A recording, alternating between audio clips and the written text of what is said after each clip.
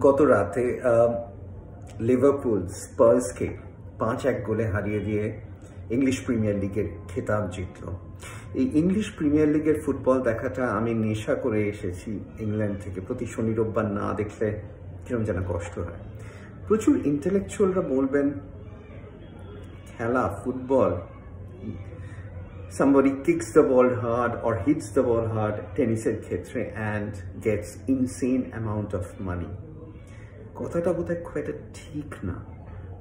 লক্ষ লক্ষ ছেলে মেয়ে এইসব খেলায় নামছে, মাত্র কজন এই লেভেলে এই পর্যায়ে সফল হয়।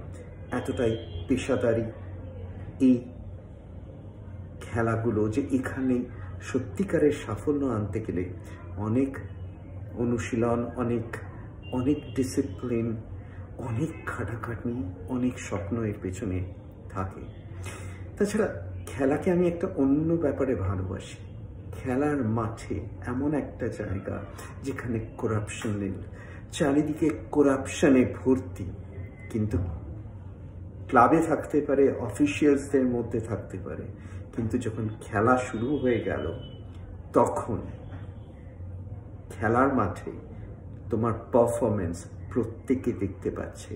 সেখানে লুকোনোর কিছু নেই, করাপশনের কিছু নেই, কাউকে পয়সা খাইয়ে বা তোমার ক্ষমতার জোরে তুমি উপরে উঠতে পারবে না, মানুষ তোমায় ছুঁড়ে ফেলে দেবে। এটা বড় ভালো লাগে।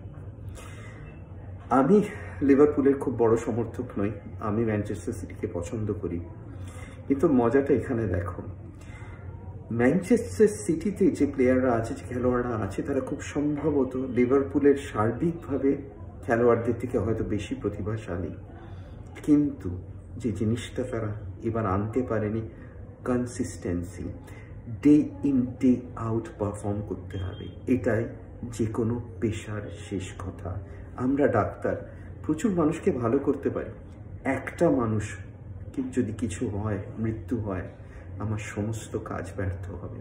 তেমনি ম্যানচেস্টার সিটিতে দারুণ দারুণ খেলোয়াড় থাকা সত্ত্বেও মাঝে মাঝে তাদের ইনকনসিস্টেন্সি, তাদের হেরে যাওয়া বা ড্র করা, মাঝে মাঝে খেলার মান পড়ে যাওয়া তাদের খেতাব থেকে দূরে সরিয়ে দিল।